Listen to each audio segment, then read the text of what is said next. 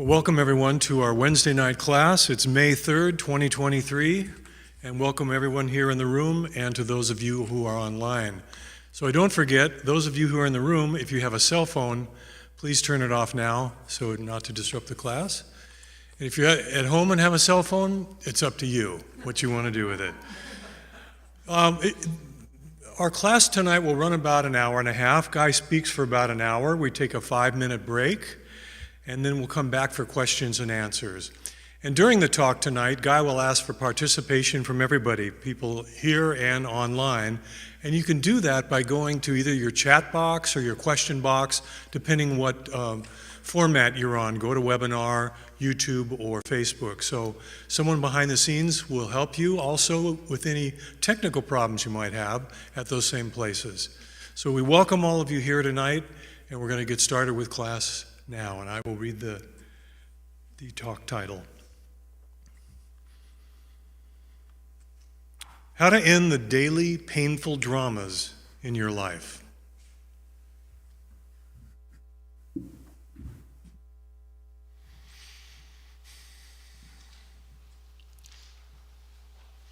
Well, just to be sure I'm talking to the right group of people, how many of you have a painful daily drama at least once, or maybe it's just an entire series?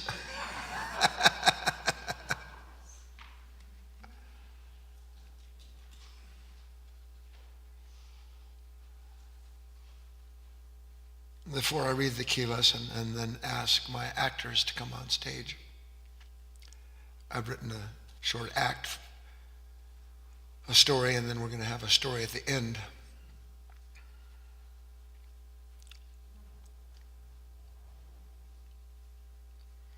I want you to understand something that's incredibly important.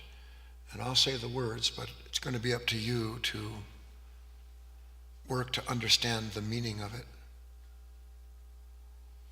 So by your laughter when I asked how many of you are involved in daily drama, I can assume that you have periods of time where there are storms of thought, emotion washing over you, carrying you into whatever condition that those thoughts and feelings blame themselves on, and you are made a captive of that in one way or another.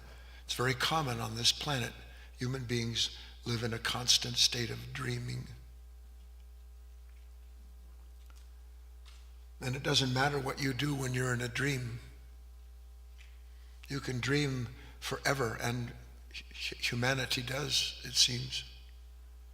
And nothing that you arrive at in your dream is ever going to bring an end to the nightmare of what it means to be a human being asleep in a consciousness divided and set against itself. There's nothing you're ever going to do. You can win $1 gazillion, you can be made the king of whatever it is, and it's not going to change the fact that you are,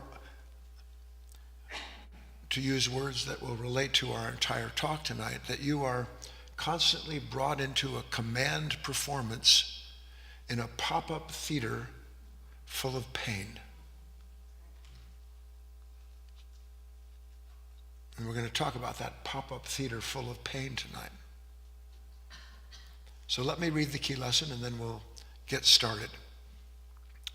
There is no thought, no memory from the past that of itself can cause us pain. The only reason we suffer for their appearance is because we don't want to relive the unwanted experience they remind us of. Not to mention how for our resistance to the same recollection, we become its unwitting captive. Let me go back and capture something. It's a little complex, the insight key lesson, but we're going to take it apart. We're actually going to, have the anatomy of a daily painful drama today. The reason we suffer for the appearance of any one of those thoughts or memories is because we don't want to relive the experience they remind us of. Think what that means for just a moment. Something in me, without me asking, brings up something in my life, past, present, or future, and when it brings it up, there's so much pain in it that I don't want what my own mind has brought up. How can a mind be that divided that on one hand it will bring something up on the screen of this consciousness from an unconscious world, and when it puts it up on the screen and you look at it, you scream, believing somehow or other that something other than yourself has produced that moment that you don't want? If you were just to see that, honest to God, and you spent the remainder of your life in this body wanting to understand how it is that my own mind can produce a moment that when it does, I hate it, and then spend your life trying to figure out how to escape the drama that appears when you are set against yourself. And every drama that is in your life is because, without knowing it, you have been set against yourself and taken aside in that struggle, believing you can get rid of the problem produced by your own mind.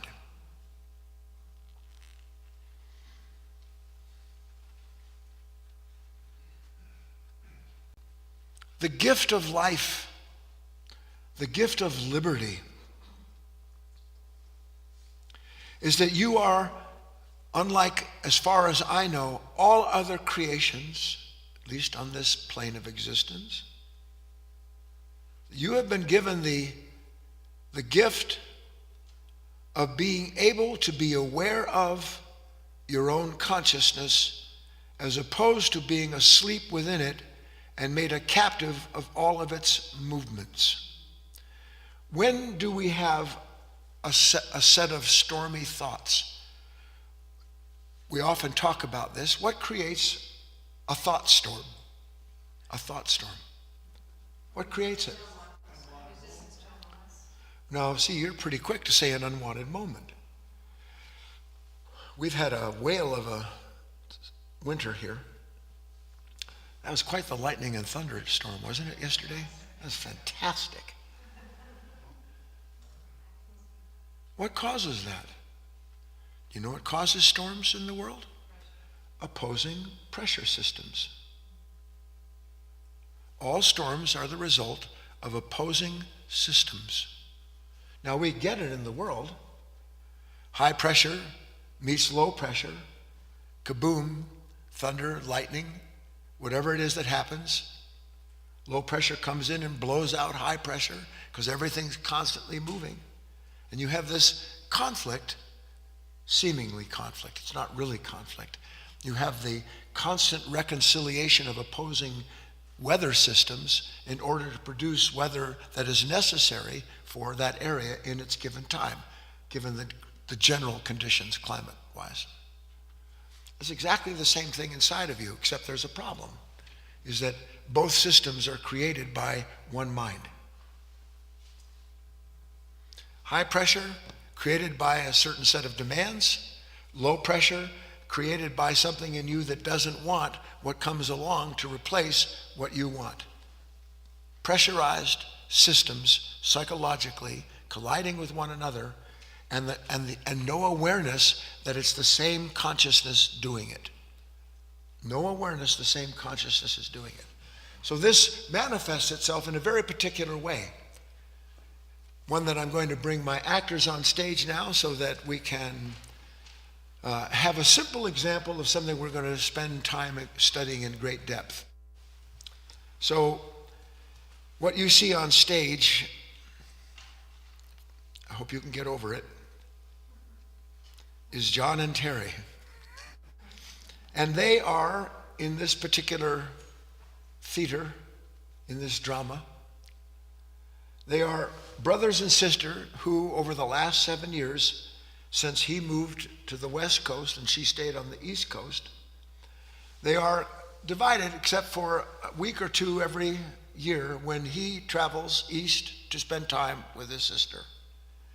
Now, John doesn't always want to spend time with his sister because there's something about his sister that drives him kind of mad. And what kind of drives him mad is he makes the whole journey out there, and most of the time that he's there, she spends sitting on the couch watching basically the same TV series, reruns, over and over. The show's been dead for 10 years, but she was every day glued watching rerun after rerun after rerun. And so when he's there, she's on the couch, and she's pretty much in a trance, as it were, absorbed totally and paying almost no attention to him. And that's where our scene picks up, seated on the couch together. Sis, I have to ask, because honestly, I just don't get it. Why do you keep watching this same old dramatic TV series? I mean, how many times can you watch the same show, given it's been running now for over 10 years? Why? Does it bother you? Well, yes, as a matter of fact, it does. How so? Because it seems as if every time I visit, sooner or later, I have to pry you from the TV. Well, sorry about that. Apparently not. And that's not what gets me the most. You want to know what I really don't understand? You really want to know what I don't understand? What did you say? I said, whenever you watch any of the shows, you sit there, and if you're not talking to yourself about something you don't like about the show or one of the characters or the storyline, you actually know the dialogue in each scene so well that I watch you mouthing the words that characters will speak even as they're speaking them.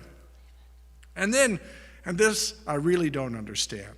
When you finally turn off the TV, it's inevitable that you almost always have something critical to say about that show. If you have something on your mind, you want to just say it. Okay, I will. For the sake of my sanity, if not for your own, why in the name of God don't you watch some other show? There are plenty of wonderful new shows being streamed almost weekly. Oh, sure, easy for you to say. Now, what are you talking about? You're obviously not thinking clearly. How so? Please help me understand why you won't at least try watching something other than the reruns of this worn-out old drama, especially given that you're almost always negative each episode. You really don't get it, do you? What if I do as you suggest, and the new show is boring?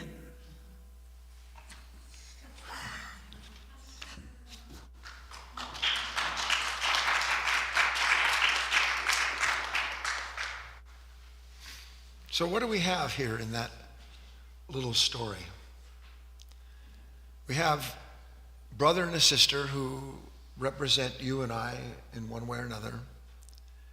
And he finds her involved in a familiar daily drama that by and large is nothing but her involvement in a series of reruns that she likes to watch over and over again. Now, I'm going to bring you in a number of ways. I won't ask yet for you to chime in online, but I will ask you eventually here. Why does she want to watch those reruns all the time? What do you think? Comfort, familiar to her.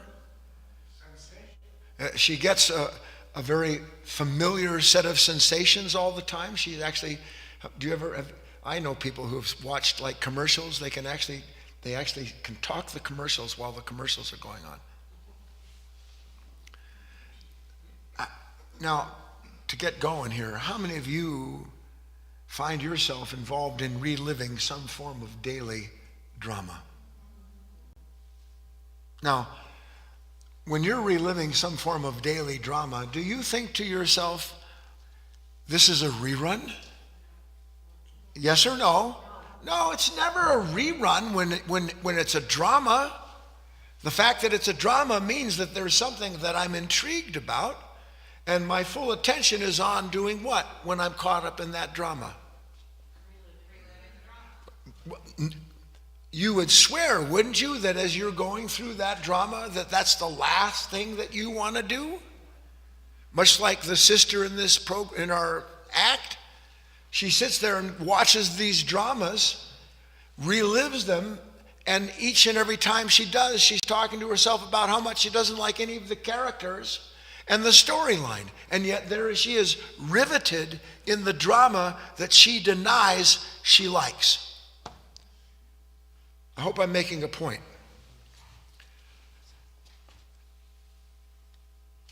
What are these dramas?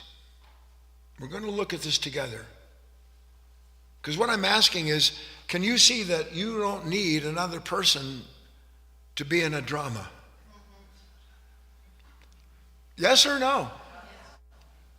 I can star in my own drama. I don't need one other person with me. And now how is that possible? I'm in a drama I don't want to be in, meaning I'm reliving something, whatever it is, we're about to make a list. And right while I'm all in the middle of that very drama that I don't want to be in, I am wholeheartedly involved in the storyline and struggling all the time to bring an end to the very thing that I'm drawn to. Struggling to bring an end to the very thing that my mind has drawn me into. Clear? Yes or no? So there I am, and I'm calling it a pop-up theater of pain, center stage. So I want, and we'll bring up our list now, what would you say are a few of your of your favorite daily dramas? And I'll prime the list so you're quite clear. How about this for a daily drama? How many of you argue with people who may not even be alive anymore? Hands in the air. I don't need you to be with me. I can sit and talk to myself about you and go through an entire dialogue with you without you even needing to be there. Is that not true? Is that a drama? How about worrying about what may or may not happen? Isn't that a big drama? What about working to say what you want to say to someone before you say it? In other words, writing the script prior to the actual act. Isn't that a drama? All right, I've got a lot more, but I'm going to ask you for some of your daily dramas. Terry, and out there, time to chime in. Complaining is a huge drama. When I'm complaining, am I not set against a condition that I believe is set against me? But what is the condition that I'm complaining about other than my own demand not being met by that particular moment? Isn't that the real nature of the complaint? Life isn't the way I want it to be. There's the stage, and where is the stage? Where's the pop-up theater? Other hands, Patricia. Building a case against someone. Huge issue. We call it keeping accounts. Building a case against another human being. And I don't know if you know this, you can be, and I'm going to get to this in a story, you can be walking in the middle of your favorite restaurant on your way to eat a delicious pizza, and you'll see a person who looks like somebody that bothers you, and the next thing you know, you're engaged in an argument, building a case against that person. Is that not a drama when you build a case against another person? Who else? Chris? Worrying about what? My kids or my grandkids. Well, let's just say worrying about anything. Isn't worrying a drama? And doesn't it seem that something marvelous will take place if I just worry enough? Because worry for me is the same as believing that I can control things. So that you can never be in a drama without something, and we'll get to this at the end of this list. All drama is formulated from an initial form of resistance that then you try to control the condition. Every drama begins with that, but we'll get to that. Other hands, let me go to my list over here. Watching my husband planning the same reunions year after year. Then she says, no drama, just why in the hell is he doing that?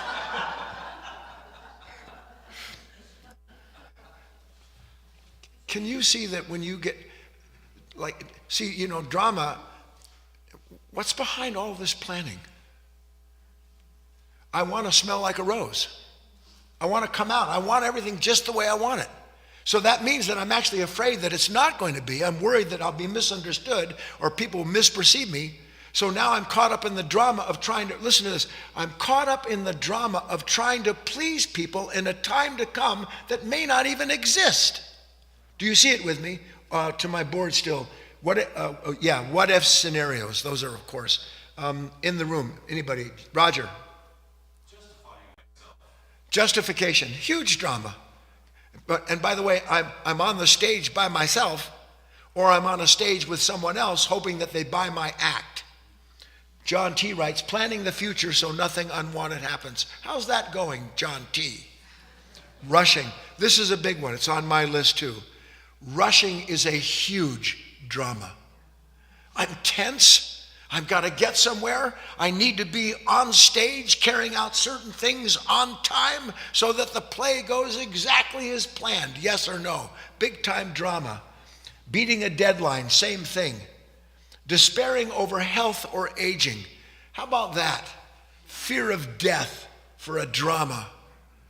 An incessant drama, I might add, that men and women live every day. You look in the mirror and the drama starts, doesn't it? Carl, reliving regrets. Yeah, regrets are a huge drama. Guilt, unbelievable drama. Yes, Leah. And this is a very common one. Overwhelmed by what? I was talking to Patricia about this today. I'm overwhelmed because this little tiny sleeping mind has something that it says needs to be done at a certain time in a certain way. And into that tiny little cup, all these thoughts come pouring in. So the cup gets out that, they can't take it like that. And then what happens? I'm overwhelmed. I'm overwhelmed by what? A drama that I have unconsciously created by trying to produce conditions under which I won't be in a drama. Try to see it with me. Other hands, John. Posting anything on social media. I don't know if I believe you, John. How about the drama of finding something on social media that you don't like? Which, by the way, why do you go to that stage other than to go through the drama of experiencing exactly what you hope you won't find? How about watching the news for drama, left or right? How about just family over for dinner? Talk about drama. Talk about days of our unlife, zombie days. Who else had hands up? Barbie. Feeling insulted. Oh boy. Let anybody even intimate in some way that I am not the end-all be-all that I imagine myself to be, and you watch what happens. I pretty much nail it, right, Babs? We don't want to say it like that, insulting, because they're so stupid they can't see my genius. Who else has, Wayne? Of course, anytime I have to defend myself, I'm in a drama. It's a world war, only it's just enacted between myself and the person that, by the way, doesn't understand that I am the end-all, be-all. Who else? Leah. Self-pity, huge drama. I'm the worst person that ever. By the way, bragging is drama. On the board here. Randall, justifying what I did. Of course, Denise, Robert being Carl, reliving Deborah. Anxiety over negative scenarios. You can only have anxiety when your mind projects an outcome that it fears. Your mind projects an outcome that it fears and that it gets anxious over what it has projected. You see, if you saw that, wouldn't that drama come to an end? This is what we're working towards, bringing an end to this involuntary victimization of our own life through being involved in dramas that we don't know that we are complicit in creating. Wanting someone or something, of course. Any other in the hand? Then we're going to go on. Joan. Resentment, big time drama. Dana. Yeah, judging myself, I'm inadequate. What's a bigger drama than feeling like I'm the most inadequate person in the world? Did you notice my... All right, that's pretty good. I think we got a whole bunch there. First of all, did anybody bring up a drama that you haven't been in? I'm asking, yes or no? Or is every last one of those dramas something that in one way, one level or another, I have been in? Yes or no? Well, then whose drama is it? You say, wait a minute, I want it to be my drama. Whose drama is it?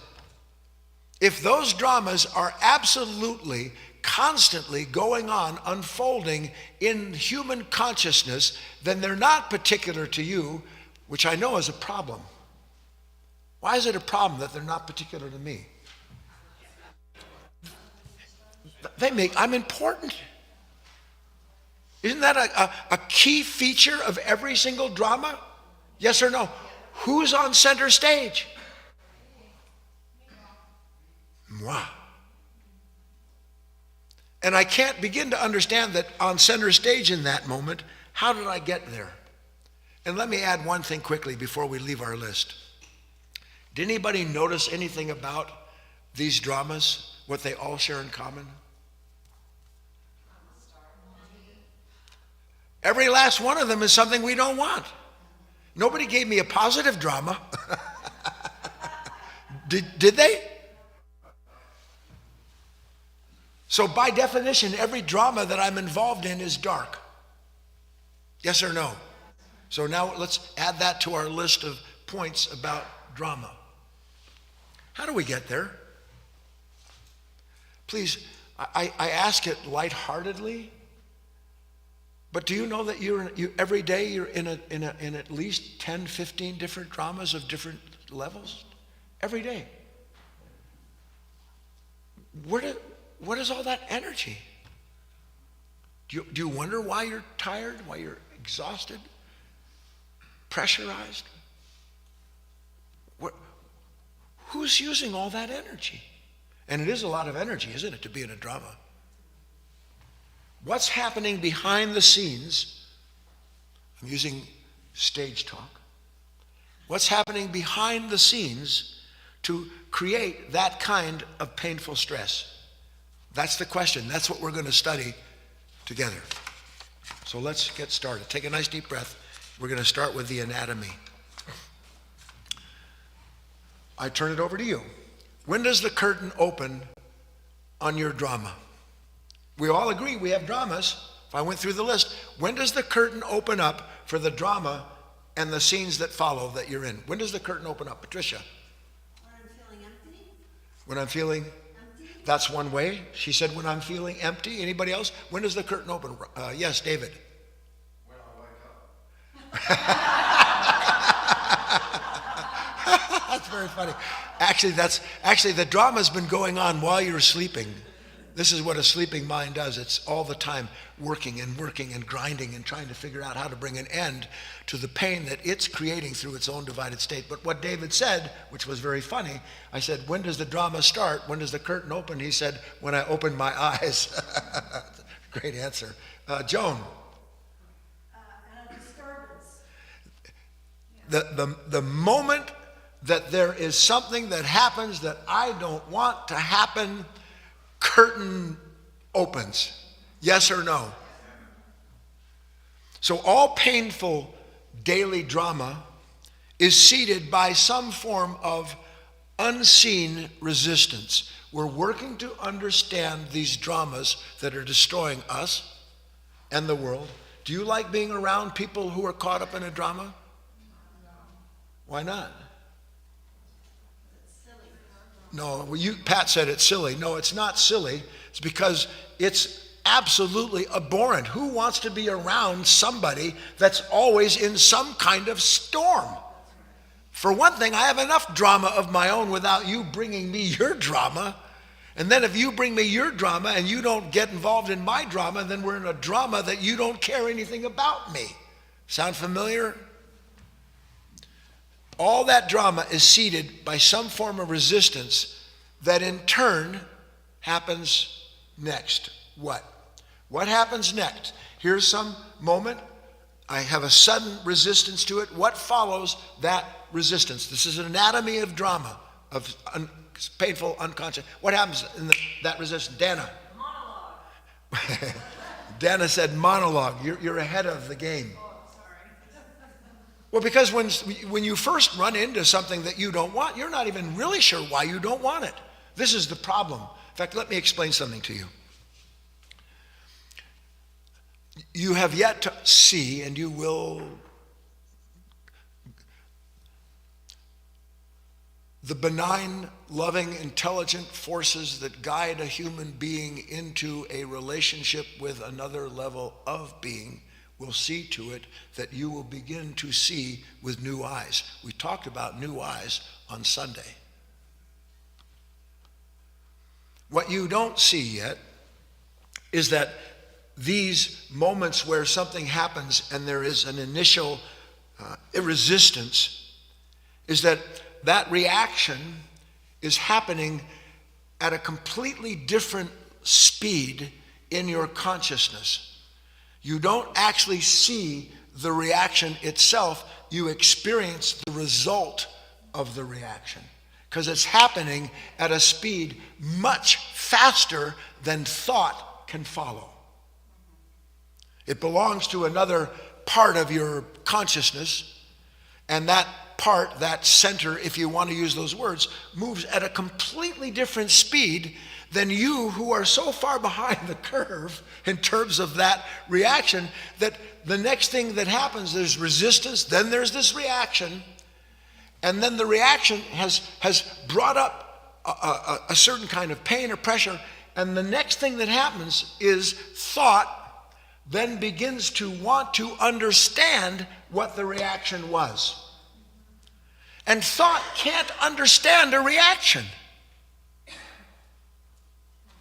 No thought can understand a reaction. Thought can give you reasons why you have the reaction, but that's not understanding the basis of the reaction itself, is it? So thought follows reactions that happen at a different level in our consciousness and move at a different speed. And what thought tries to do is it tries to wrap that reaction in some kind of shape or form based on its own memory, based on its conditioning, so that same consciousness that's having the reaction then tries to draw out of itself something that it can shape and give form to the reaction, so that then giving the reaction a name, a shape and a form through association, then it can control the reaction. Are you able to use your own life to see this? But it happens like that, doesn't it? You look at me in a circle. I open an email. Before I finished reading the email, I know there's a problem. Yes or no? And no more do I know there's a problem than associations all buried in the background of the stage. All those associations start to piece together all of the reasons why I now have this pain that I didn't know what it was, but now I know why there's pain. And the more I know why there's pain, what happens then? Now, Dana, what happens? Monologue. Yeah. She said monologue. Those same thoughts begin to tell us the meaning of the reaction, and then how we can escape and control the reaction that thought is telling us has happened that's set against us. If you can see it with me, you can start to understand that whole moment is a construct of the past. You cannot have a drama without being on the stage of the past. It seems to you that it's not the past when you're on that stage in that drama. Doesn't it seem ever present and real? That's an illusion of the mind. I'll show you how it works. Ready? You might want to write this down when it comes to the drama. The backstory behind that drama is already written. It was written before the event took place. Are you able to see that with me? My God, how important. Here I am, and I'm sure that I know why you did, how come they are this way, why that happened, what do I have to do? I know all of that. And it never occurs to me that the very fact that the reaction that has come up to that moment brings with it all of the reasons for the reaction. So the storyline behind the drama was there before I got caught in the drama. Now, what if that's true? You have to find that out. That means that storyline is there before the reaction that defines it. That storyline, okay, let's go back to keeping accounts with people as a drama, arguing with people in your head. Where's the storyline? It's a rerun.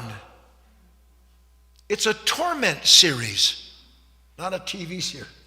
It's a total victimization series, TV series. The whole show is written in a mind asleep to itself, and when that is turned on to that particular thought or feeling, then the program starts to run. And as the program runs, you're sitting there going, I hate this program. When your own mind turned it on.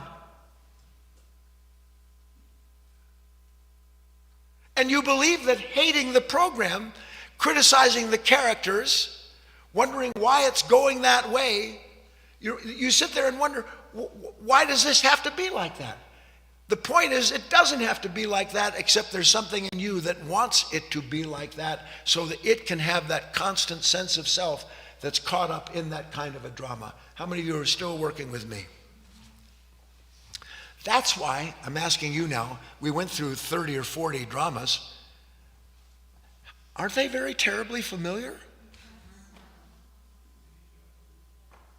Can you think of a drama that you haven't had?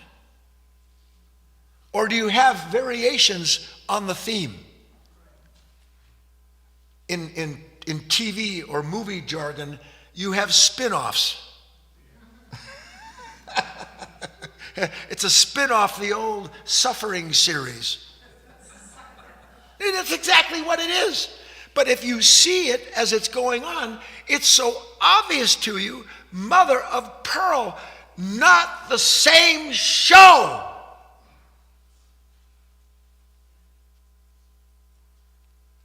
But the problem is, which is why we have talks, is that when you get caught in the resistance and the reaction, and then the wrapping up of that reaction in the content of memory that defines it for you, each and every one of those eyes that appears in that moment has no awareness of any other eye that was there before that moment, and it can't see outside of the stage it is on. Yes or no? And it's extraordinary. Because when you're caught up in a drama, you don't have to think to yourself, how and why I'm in that drama, do you? Why don't you have to think through why and how you're caught up in that drama? Because it's all written into the moment where you're captured. The whole story's there. So what you're really doing when you're in a drama is reliving something that you don't know you're reliving in that moment. A single negative reaction becomes a gigantic story with casts of hundreds. And guess who's in the center spotlight? Haven't you noticed that the more you're caught up in a drama, the more characters there are, more plays, subplots, lines, ways in which to do this? So as you're thinking this through, and why are you thinking through how to get rid of the drama? To get rid of it. I'm building the drama to end it. Please let it sink in. I don't know if it's actually sinking in. Aren't you? Why am I? What am I? This and that, and all that's going on, and every last part of it is you believing that if you just get into that drama and figure it out, by God, you'll bring an end to it. But do you bring an end to the drama by struggling with it? A rolling thought is a saying of mine, but I'm going to change it slightly. A rolling thought gathers mass. So the change is a rolling thought gathers misery. Because the more those thoughts roll on, seemingly bringing you to the end of the pain of that drama, the more you're being rolled over and enveloped in the consciousness that's brought the drama to come to pass. Yes, please? How do I know all that's true? This is up to you to see. I hinted at it. I don't need another person for me to be in a drama. I don't need anybody. Not present. All I need is the thought of you.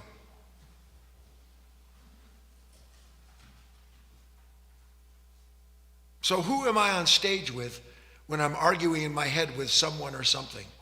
With my husband who never stops planning. Who is my argument with? Is it with my husband? He's not there. I'm shopping someplace and I'm thinking to myself, I better get home because he has plans, whatever it is. Who am I arguing with? How can I argue with myself? I don't know I'm arguing with myself.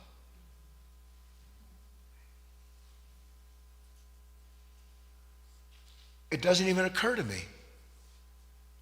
All I can see as that stage unfolds is all the reasons why I have to be involved in this so that, and again, as ludicrous, I need to be involved in this so I can get off stage.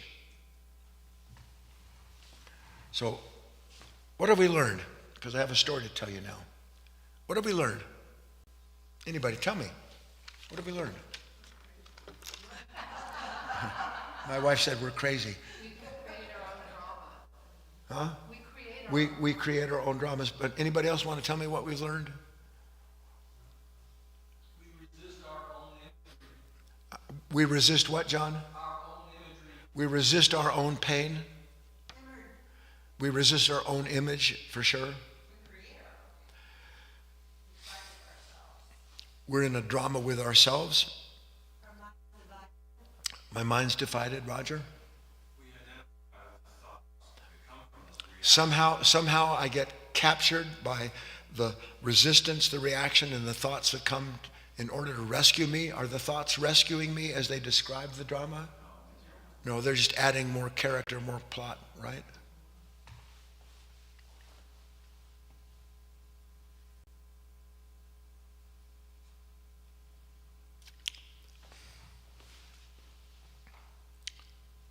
If you knew that,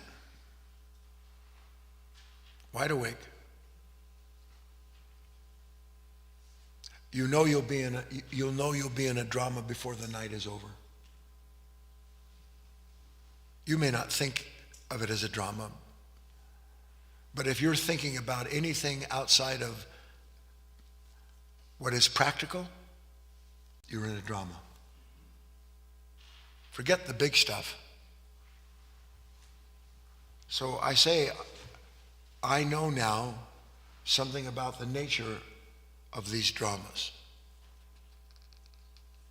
But how will I begin, if I actually know something about the nature of these dramas, to bring an end to my unconscious participation in them? Because unless you understand the nature of the drama, of the creation of a certain kind of I, if you want, and all of the corresponding, conflicting, and complementary characters. If I really understood that, I couldn't get caught in a drama again. You want a drama nobody mentioned? How about the guy that tailgates you? How about the person that doesn't return your smile? How about the waiter that seems to ignore you? We have no idea how captured we are by a process of being unconsciously identified with a process of thinking that only exists by comparison. so that the real drama is in the endless comparison of how the moment should be as opposed to the way it is. Because when you boil it all down, what else is the conflict in our life other than that relationship between something that says it should be like this, but it's not, or it's not like I want it to be, and then all of the drama trying to reconcile something that can never be reconciled by that mind. Tell me you see that. So here's last story. Now we're working towards what do we do with this knowledge, okay? We're going to be with our famous spiritual reporter. Now, those of you who don't know, it's a kind of a theme that I use with stories, that I change the characters and the different plot lines so that we can look at different ways in which we need to learn about something that we don't see presently. The reporter is a spiritual investigator. Ideally, he's like you and me. He wants to understand what in the world is going on. In this instance, we would ask, how can I have a series of daily dramas, sit there and watch what are reruns and not know they're reruns, and not know that I hate the reruns that I have inadvertently turned on? How is that possible? That's what he wants to know. So here's about the strange case of the disappearing customers. Now, he reads all the news clippings. He's always on the search for something that parallels one of his own experiences, because he's working at the time along certain lines, wanting to understand, how is it that I can disappear out of my own day for 24 hours? How can I live, and then just before I have my coffee in the morning, I've been up for 3 hours and I didn't even know I existed? Where have I been? I'm hoping to God that you have reached a point in your spiritual life where you notice that you weren't there, because something in you reminds you, wait, I'm here, I'm present, I'm aware of myself, instead of being captured by a consciousness that's building stories and dramas. Because whether you see it or not, one day you're going to have to see that's all that happens to you. That's what your day is, literally. So he wants to know, and he hears about the strange case of the missing customers at an upscale bar at a well-heeled hotel. Say that. An upscale bar at a well-heeled hotel. And at this well-heeled hotel, and I don't know if you've been to really a five-star well-heeled hotels, but some of them, when you go into the bar, it's not, you go into this place, it's like walking into Disneyland.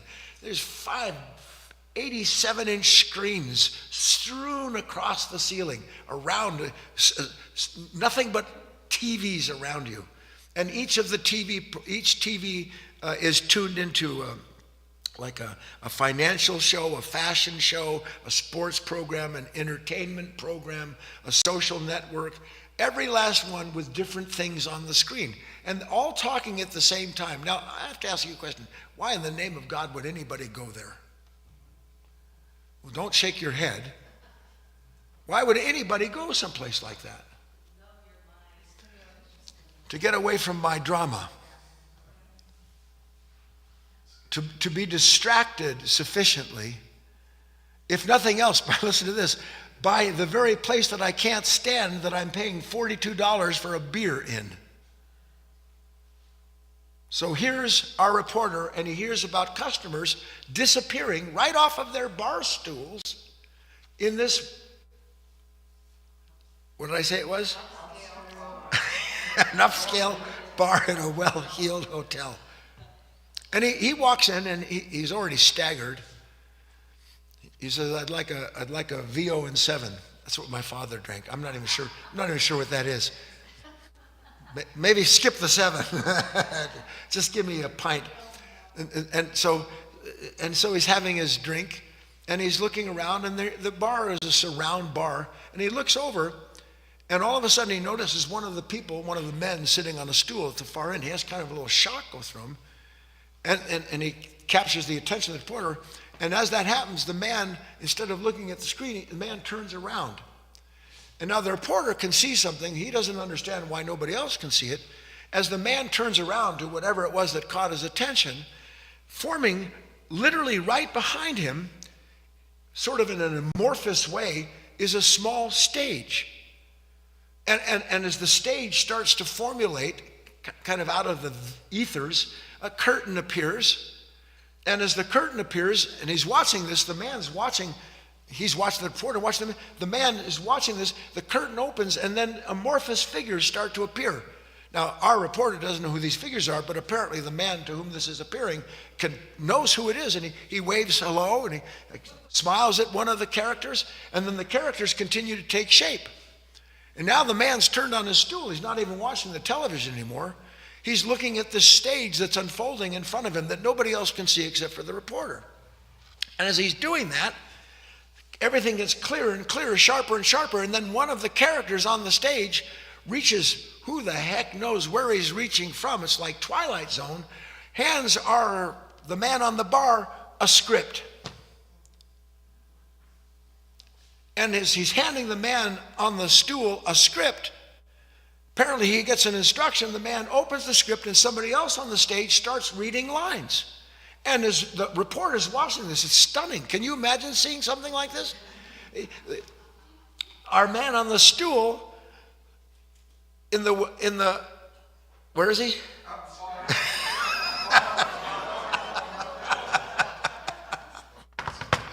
The man on the stool, never mind. He gets off his stool and he walks right onto the stage with all the characters. And that's not the end of it. The minute he walks onto the stage, all of the characters kind of swarm him. And the next thing the reporter sees is the characters and the man that was on the stool disappear under the stage. The whole thing disappears and the man's gone. Wow. I bet you think that's impossible. Happens to you every day. Now, our reporter turns to the bartender and says, "Did you see that?" "See what, pal?" "No, it's a well-heeled bar, upscale hotel.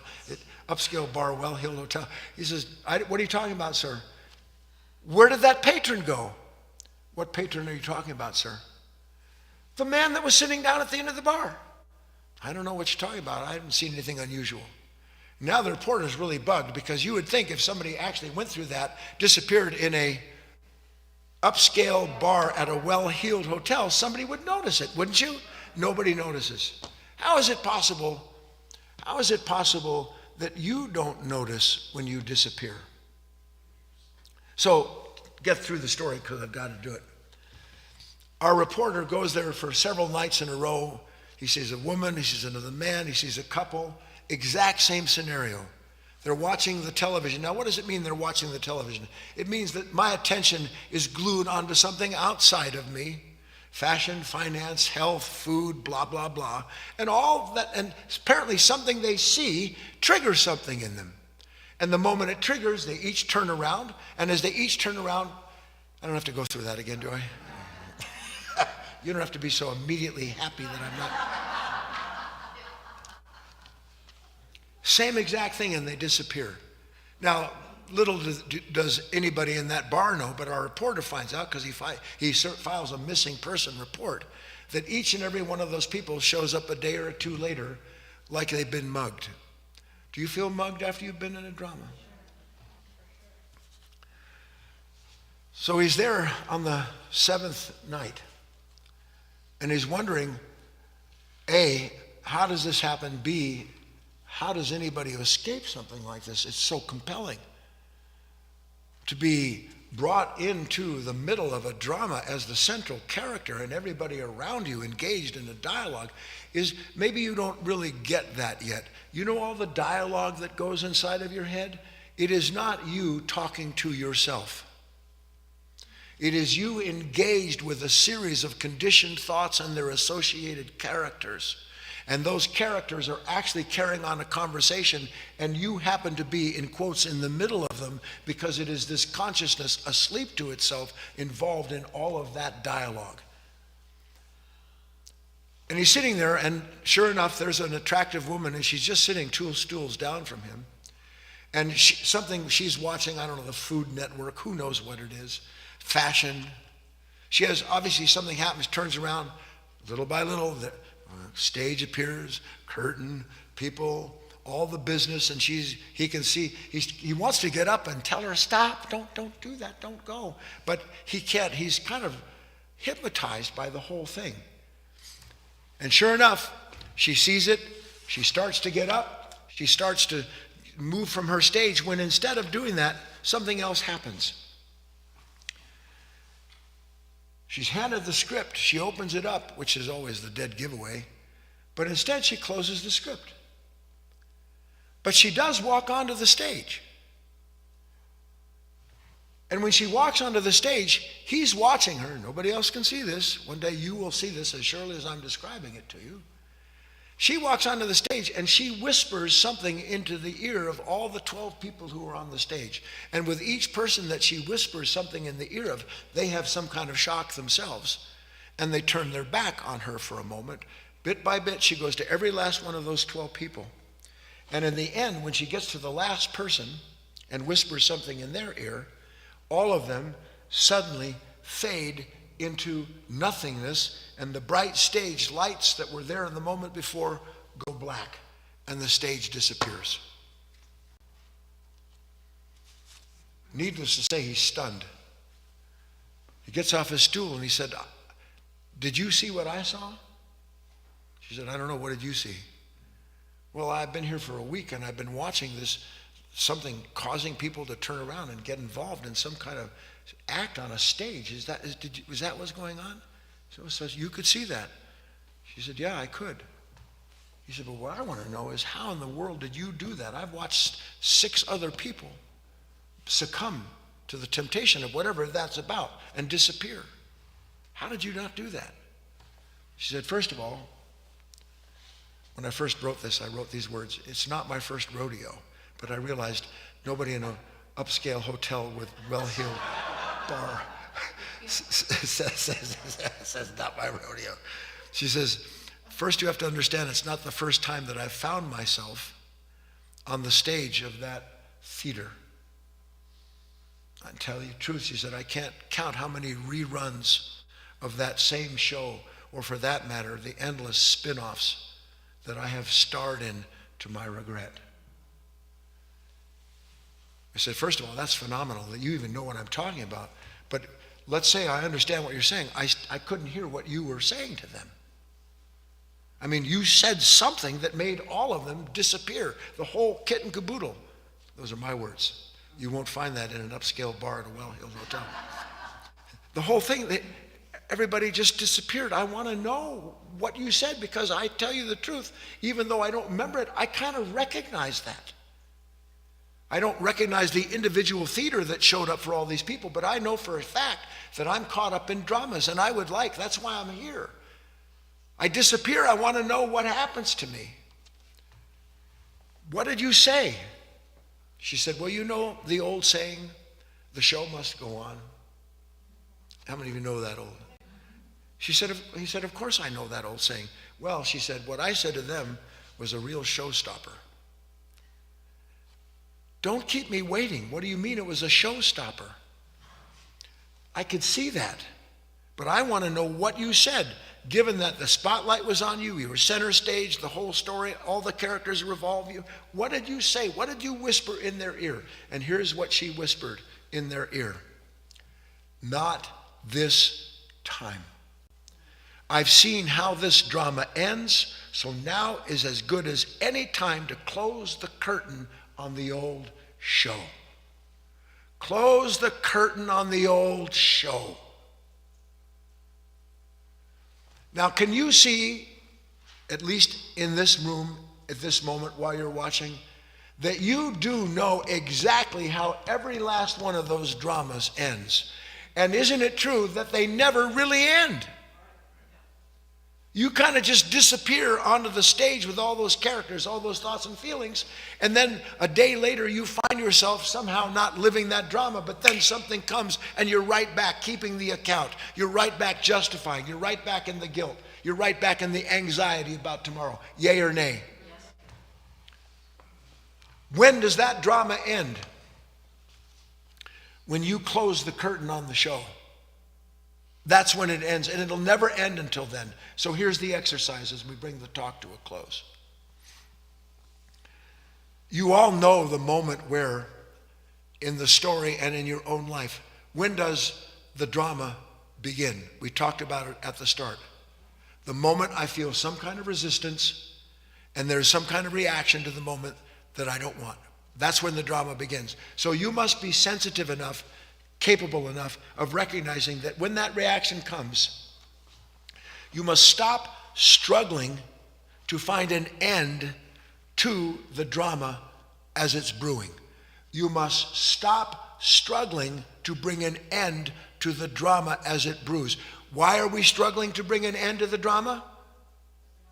Because we want to get out of the drama. But you can't get out of a situation by resisting it, can you? So instead of struggling to find an end to the drama, because you've been on that stage before, you stop the show right then and there because you already know how it ends. You have the capacity to remember yourself. To remember, I have been in this drama. I've been angry, I've been frightened, I've been upset, I've been nervous, I've been keeping accounts, I've got enemies, I've been doing this for all of 1,000,000 years.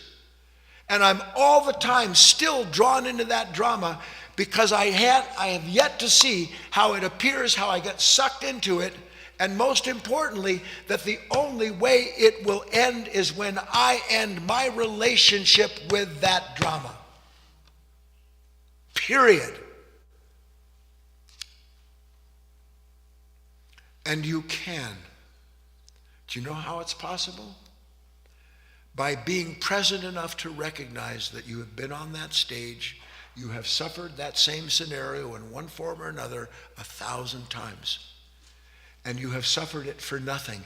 And knowing that you have suffered that drama for nothing is where you begin ending it. That's where you begin ending it, because you will not do something that is futile when you know it's futile. You will not participate in putting yourself in prison if you know you're the one walking behind those bars. You won't do it, but you must see it. Stop the show. You want the simplest expression? Become a showstopper. Just right in the middle of it. Guy tailgates you, you can feel the drama, showstopper. You wake up in the morning and your eyes open and you're already in some kind of turmoil, showstopper. Why? Because what's that mind trying to do? It's trying to bring you into the drama. A drama that doesn't exist without you being asleep to a consciousness that continues to create these dramas in its own image so that it can bring you into its world. We don't want to live there. Be a showstopper. Let's take a break.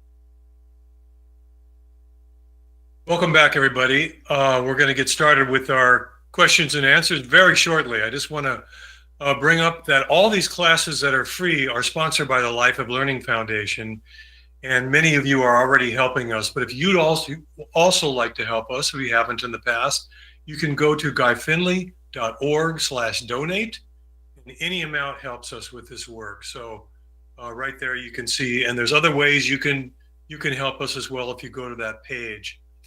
So we appreciate all of you out there, and if this work is touching you, please feel free to anytime. You can go to guyfinley.org/donate, and we appreciate that.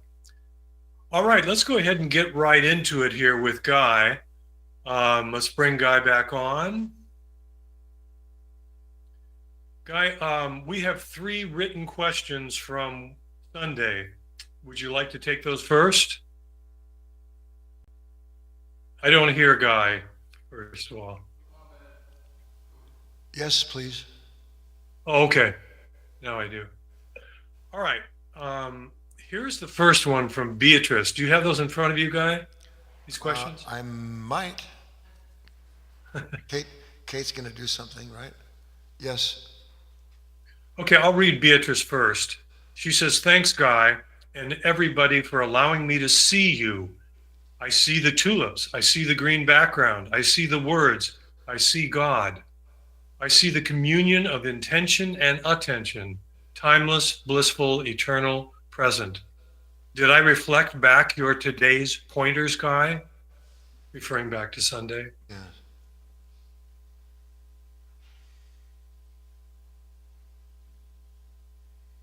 Let me answer you this way, Beatrice.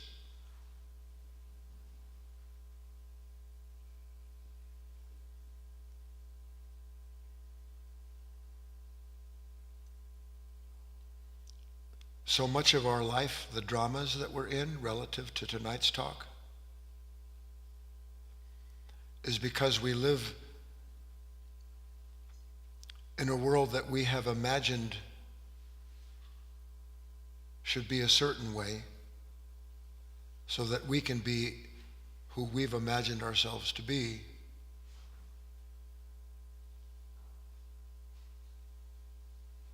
The beauty of any moment, the true beauty of it, is beyond imagination. No thought can encompass what is divine. So the task for us, Beatrice, is to recognize where it is that I'm living from a certain sensation born of thinking about something that's pleasant to me or spiritual. It's a heck of a trap. I'm not suggesting that you are in it. I'm just pointing out the fact that being washed over by pleasant sensations and identifying with them is the antithesis of being in the present.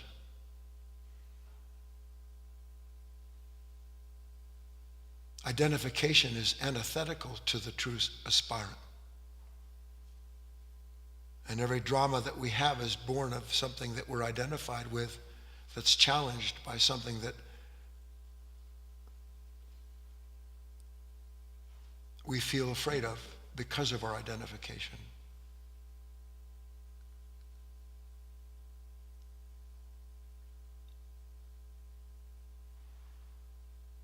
In some ways, Beatrice, the more truly I see something, the less experience I have of myself in that moment, not more.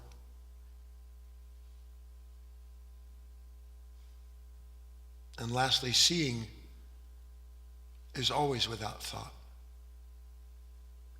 So that if thought comes in and tells me what I see, I need to see that thought as being antithetical to my actual experience of that moment.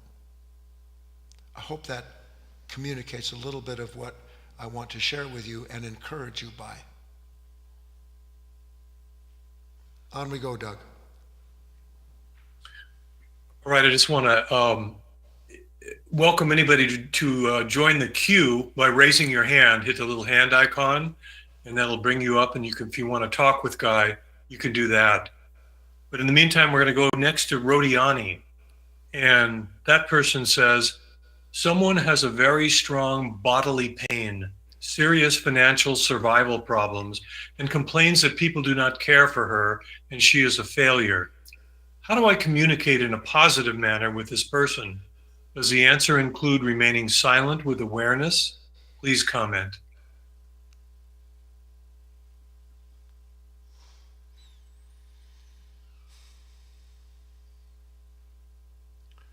Look, I want to be able to help everyone that comes here and listens and writes questions. I want to be able to help everybody see something.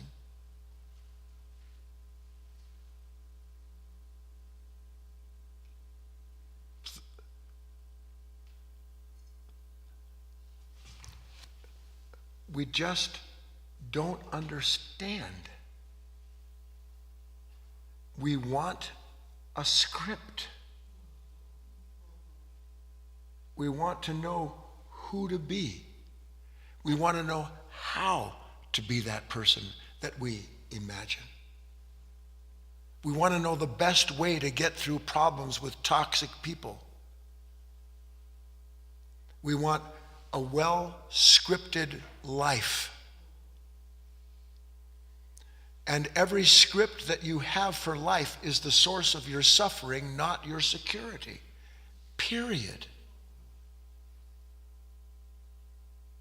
But it isn't until you actually understand that, and I think I'm going to go into this on Sunday, you are created to be a ceaselessly responding receptacle of a new order of life as it rolls into and through you and changes you in the moment you are in with who or whatever you are with in that moment.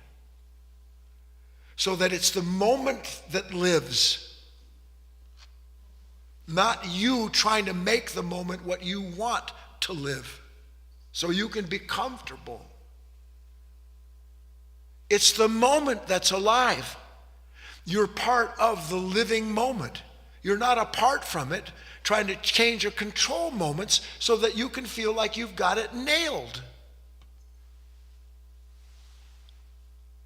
The only thing you nail when you script a moment is your own coffin.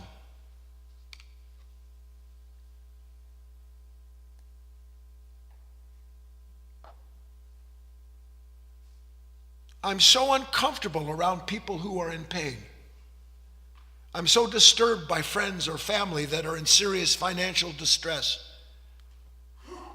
And my mind tells me that I care about these people, but the truth is what I care about is just getting rid of the drama. Because I don't know my part in these unscripted moments. Isn't that what you fear more than anything? An unscripted moment. Life is unscripted.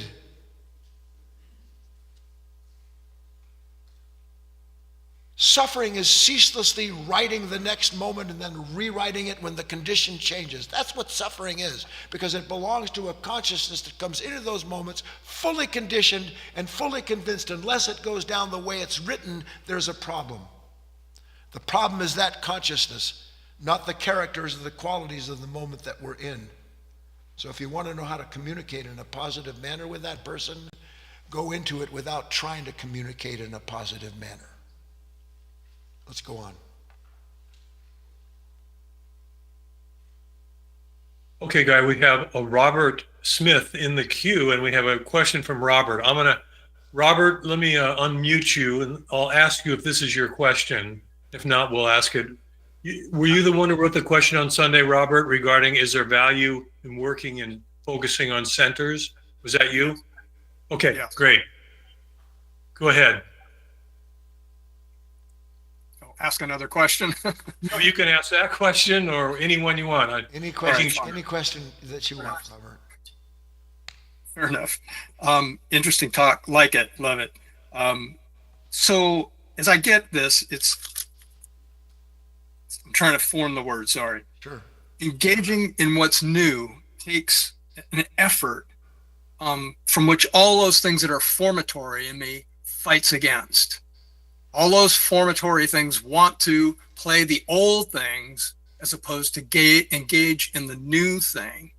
And then the other observation I had that's kind of similar to this, and I'm curious if there's a connection to that, is I've noticed that I'll play the same albums over and over again to a point that I just get burned out. And it's not that I hate it, I just can't take it anymore. I need something else. So that's my question, Yeah, and well, I'm curious to hear what you'd have to say. Yeah, I don't know if there's a question in that, but everybody understands that. Yeah. But I Again, I will comment though on the one part that you said it takes effort. right. It takes a completely different kind of effort. Not effort as in struggle to achieve or acquire or control, but effort to be attentive enough in that moment to the fact the moment you're in is because of all your former effort. All the things you tried to control, every condition, that every last one of those formatory thoughts, feelings, identities, every last one of them is a product of a mind that keeps reincarnating itself. And the reason that it doesn't take the usual effort is because all it takes, when you wake up in the morning, if ever you wake up, you have a bad dream, you wake up in the morning and you from the dream, and on one hand you're so glad that you awakened because that dream was a nightmare, but you're also aware of the fact that your body is carrying the residual effect of that nightmare into the next moment. So the body remains stressed because it was undergoing that situation, that dream, as exactly as if it was real. But you wake up and you see it wasn't real. That doesn't mean your body has awakened. It means you have to bring a new awareness into your body, meaning that I'm not going to identify with the residue resistance in this body, because I know it's a lie. I know it's a lie. It doesn't know it's a lie, and everything in me wants to identify with that because it's so familiar. I actually want to go on reliving the condition that I don't want to relive. Yes or no? It just goes on. So, I was thinking, Robert, here's something I would say to you, and then we'll go on. We really don't know, which is by the grace of true teachings, we really don't know that it's possible to stop the show. We really don't know that. We can say we know it, but when the time comes, we're not there to do it. It's actually possible to stop the show. How? How do I ditch the drama? It's not by effort. It's by seeing that it's the same show. I've awakened from a bad dream 1,000 times in my life, and 1,000 times I feel the weight, the suffering, I feel the dread, the drudgery of the dream. And everything in me wants to melt down into that darkness. Yes or no? It wants to do it, but it says I hate it. To see that contradiction in your consciousness is the beginning of the end of the drama of you being involved in it in the usual way. But it means at the same time, if I close the curtain and walk off the stage, I'm going to be someplace I don't know where in the name of God I am. Because all I know is the stage, the character, and the suffering involved in that particular drama. So I'm going to have to go into some place I've never been before. And then, by the way, not make a drama out of that. Let's go on, Doug. Chris is coming up to the mic.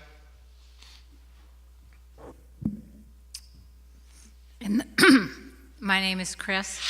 In the mornings, when I wake up, I have a routine. And in the wintertime, part of that routine is I light a fire in my fireplace. And so this morning,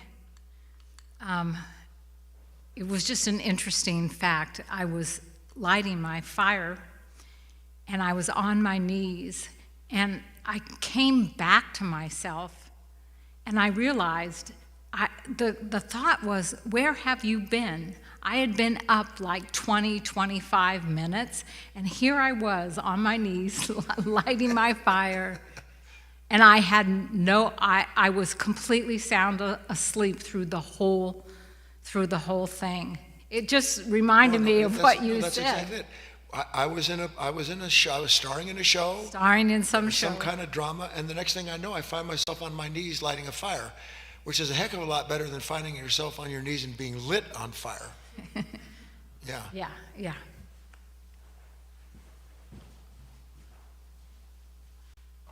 Come on, David.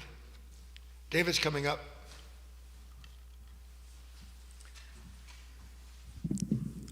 Hi all.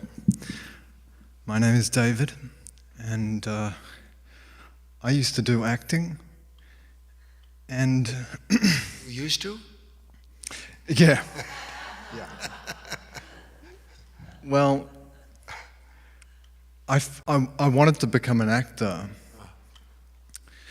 because I wanted to know what to say.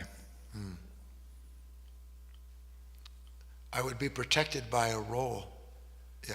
Yeah. But look out at your fellow thespians here. We're always wrapped up, without knowing it, in some role that some situation calls forth. That's why I meant by the storyline's already written. All these roles are already written in this consciousness. He says this, that role takes place. She doesn't do this, that voice, that thought, that script comes up. That's what it means to be a mechanical human being, a sleeping human being, is to live out without knowing it, one role after another, including all the drama that makes it feel so real, and never know that nothing about that is real, and neither was I. But you can become a real man. Wouldn't that be good? Better than good. Yes. Let's work at it together. All right.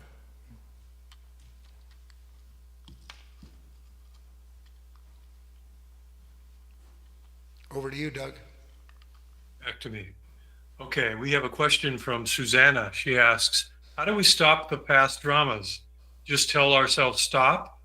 That's it? How do I stop the show? Hi, Susanna. Did you ever buy old popcorn? Have you ever been in a theater and popped some popcorn in your mouth? And you knew that that was like from Star Wars 1982. That the butter had gone rancid, that whoever made that didn't know what they were doing, and you paid $82 for that box of popcorn to boot. Yes or no? Do you think to yourself, what do I do with this popcorn?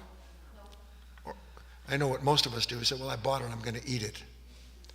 Do you think to yourself, what do I do with that popcorn? Do you? You know it's no good.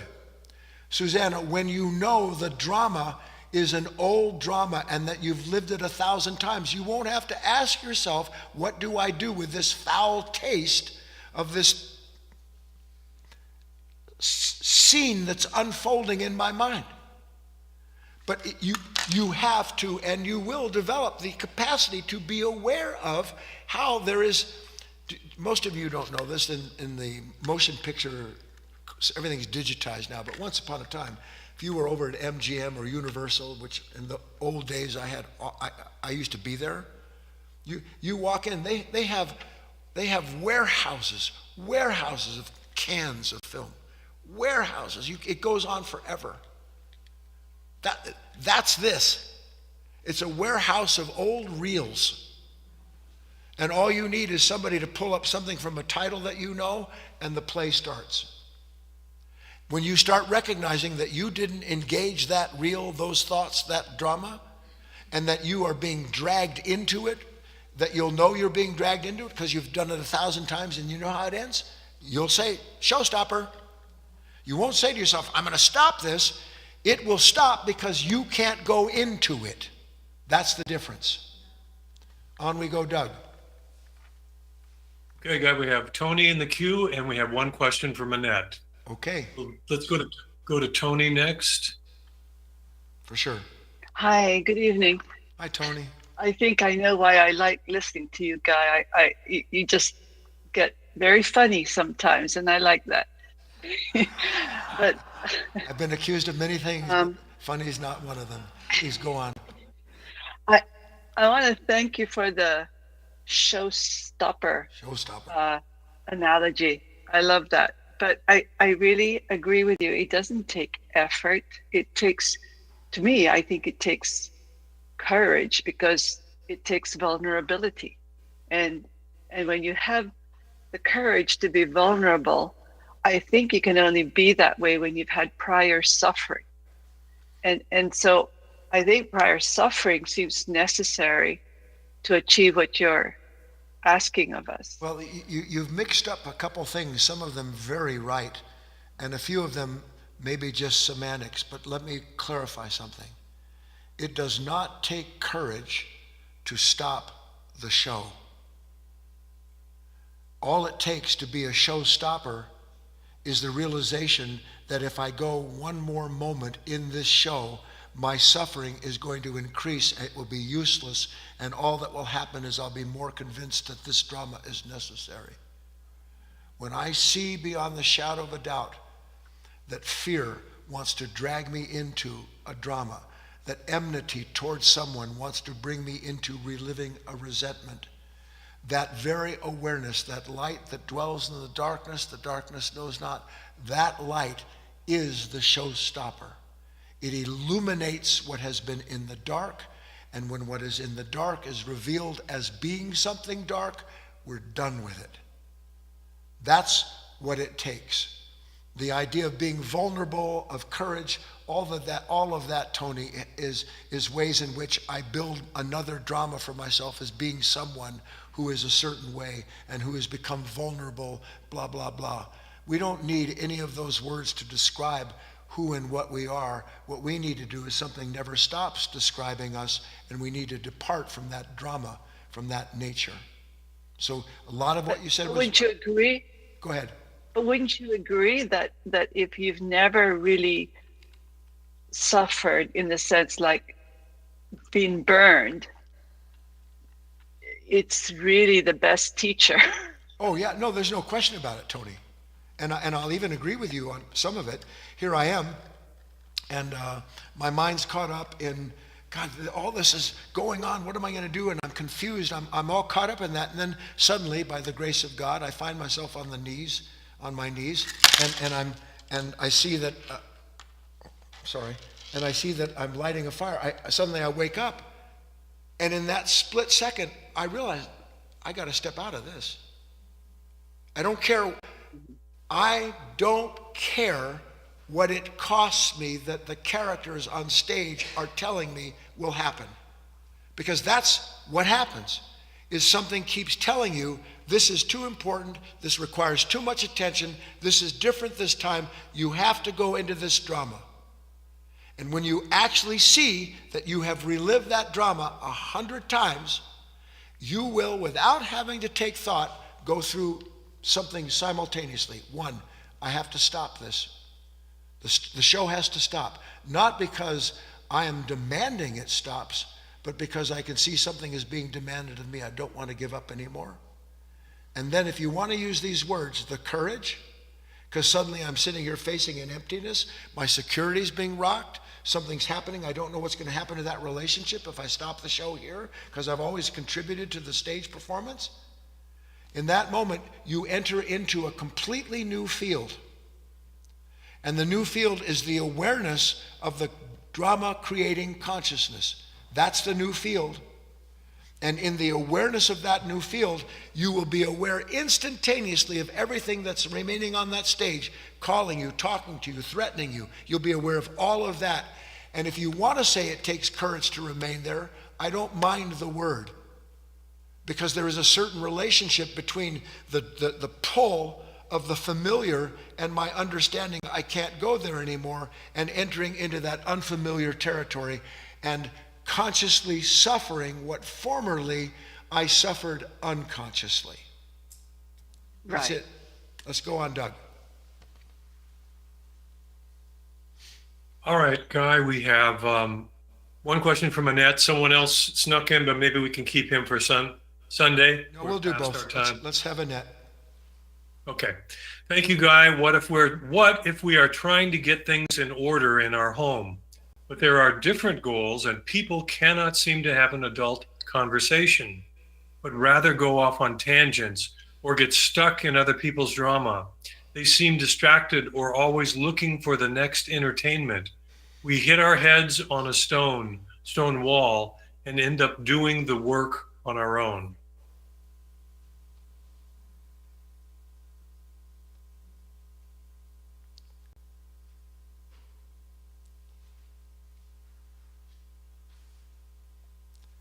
Here I am, and I'm surrounded by a massive confusion. He's like this, they're like that, they're not going to get along. I'm describing our foundation.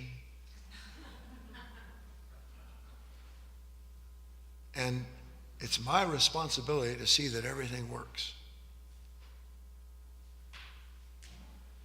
My responsibility is not to see that everything works. My responsibility is to do the work of seeing where it is that I get caught in a drama and blinded by the drama, have no idea how to deal with anybody around me. That's my responsibility. And the clearer it becomes to me, the nature of the drama and everybody's individual role. See, you look around at your family and friends, the people in your house, the people in this room, wherever you are, and you think you're looking at 100 different people. You're not looking at 100 different people. You're looking at 100 different vessels of an unconscious nature.